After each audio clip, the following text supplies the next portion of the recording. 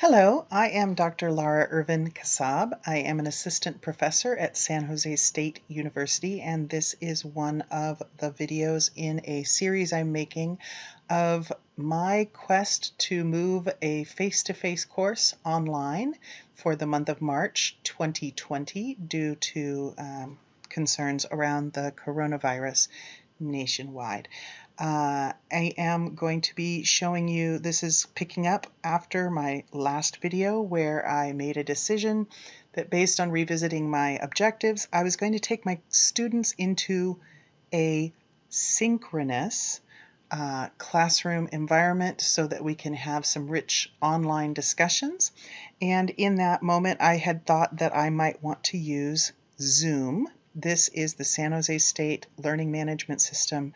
We use Canvas, and as I came in here to explore, I'm a very big fan of something called sandboxing, which is where you go in and play around, or your students go in and play around with a tool before you actually use it for any kinds of high stakes instruction or assessment. So as I came into our Canvas page and was going to start exploring Zoom after chatting with some colleagues about how to use it with groups, I noticed that we had this button that said conferences. And I kind of thought that before I dived into Zoom, because in conversation with my colleagues, it didn't seem like it was going to do all of the things that I was going to want to do in this synchronous session. So I thought, well, why not take a couple minutes to explore? And I clicked on conferences. And when I did click on conference, it hadn't had any of these practice course conferences in here at the beginning. It just had this add a conference button. So before coming into this video right now, I went ahead and set up a conference to quickly show you a little bit about what this actually is going to connect to, which is BigBlueButton. It's already an app that is on our particular Canvas shell. It is an app that can be added to a Canvas shell if your university or other Canvas using group doesn't already have it. I have already started it, so you can see over here on the right hand side there's end and join, and then as with all things in Canvas, you can always edit or delete using this little settings icon. But I want to take you into the conference space. We're going to join the meeting. It's going to ask, how would I like to join? Would I like to use a microphone or listen only? As the instructor, I absolutely positively want to click on the microphone so that I can speak and be heard within the space. Some of your students may choose that they want to listen only. They'll still be able to get involved in the chat, but they won't be able to vocally contribute. Both you and your students can also join using a phone if you do not have a microphone that has pretty good quality of audio. So then it's going to ask, can I allow, the program wants to know if my microphone can be used by this program. I'm going to click on yes to that. It says click on the echo test. You say your words, it will speak them back.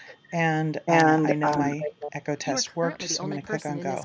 So one of the cool things about this particular app is that it's got short tutorial videos right in here. This is a hyperlink to the tutorial videos. The tutorial videos are super helpful. I'm always nervous about taking my students in to a new program and feeling like I have to teach them when I'm not terrifically comfortable yet. What these two videos do, this one is for students, this one is for us as instructors, and what they do is they really just walk both students and instructors through the functionality of this app. So the student video is 5 minutes long, the instructor video is about 7 minutes long, and they're really, really clear, concise. Your students can watch these videos, you can watch these videos and learn how to operate all of the things that happen within this particular platform. So because you can go watch that, what I'm going to do is basically share with you my big aha for actually using this as an instructor. because that's not necessarily a functionality question. It is, in all actuality, a learning how to do something question. So when I came in here and started playing around, it's got a virtual whiteboard. I can share my screen. I can share my webcam. I can do all kinds of cool things. But the things I was most interested in is that I can have a poll embedded within this, and students can actually see anonymous, aggregated results of that poll. And I can upload my presentation, and I can share an external video. So the uploading a presentation and the poll thing are what I want to talk about really quickly. So when I came in here and uploaded my presentation, it asks what you want to upload, and you can drag your file here and upload any PowerPoint or any PDF. I actually found that though it's going to send you a message saying it's better to upload a PDF, I've actually had better success uploading the PowerPoint. You make sure that's got the check mark, you click on upload, and while this is uploading, here's the thing. If you want to use a PowerPoint and you want to use a poll, their poll tool gives you a quick opportunity to have your students choose letters or numbers or true or false, but it doesn't give you a space to actually put in a question.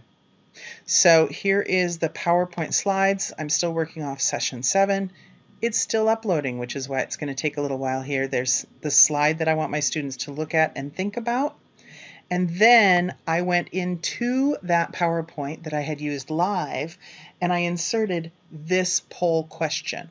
So they're looking at that graphic of traditional to restorative practice, and I'm hoping they'll have some reflection on where they are within that continuum. And then I have 5 possible answers, A, B, C, D, E. So now when I come over here and I start the poll, now this all makes sense. I spent about 7 or 8 minutes trying to figure out how I'm supposed to enter a question and do things like that. So I can now just click the A, B, C, D, E, or if I want to actually have specific poll option answers, I can go in and put those in.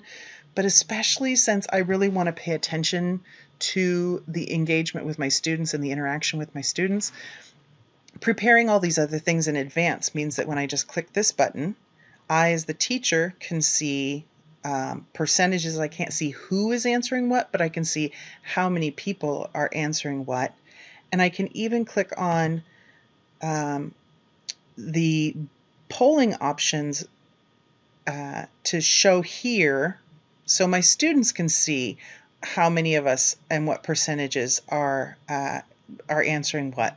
I think this user response down here, if I had students logged in, I might be able to see who is answering what. But especially for things like a discussion starter, if I want to have a discussion following this in either chat or in breakout rooms, having students have some vision of how people are answering as an aggregate is a really good jumping off place for that. So in general, this is BigBlueButton. This is already in Canvas. I'm very excited about using it. I'll be using it on Tuesday with this particular lesson, and I hope this is somewhat helpful. Please watch the tutorial videos that they provide because they are much better than what I've just given you the teaching part, not the using part. So dive in and see those. Thanks.